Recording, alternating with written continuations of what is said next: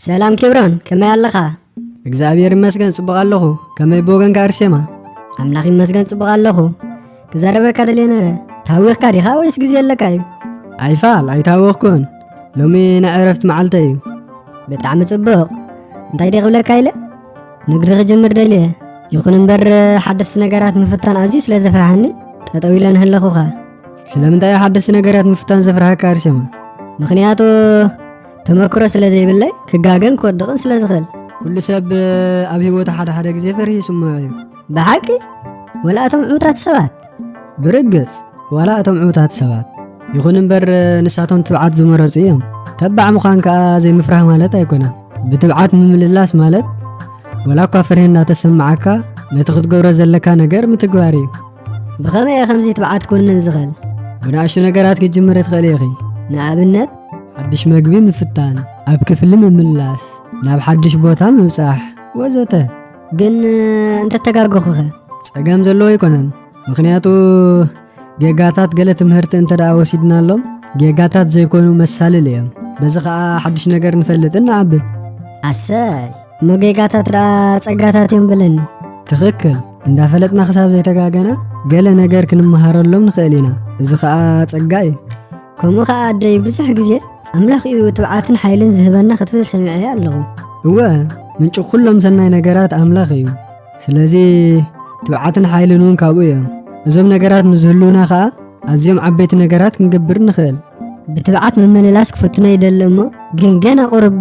ይርበሽ ኣለኹ ጸገም የብሉን ምርባሽን ብትብዓት ምምልላስን ብሓንሳብ ክኸዳ ይኽእላ እየን ሓደ ብትብዓት ዝተመላለስካሉ ግዜ ከተዕልለን ዶ ምኽኣልካ ብርግጽ ኣብ ዝሓለፈ ሰሙን ኣብ ዓሚቕ ማይ ካሕንብስ ደልየ ግን ኣዝየ ፈሪሐ ነረ ምኽዳ እንታይ ገበርካ ቁሩብ ሄዲ ኢለ ዓሚቕ ብምስትንፋስ ቀስ ብቐስ ፈተንክዎ ክትግምት ከም ትኽእል ከዓ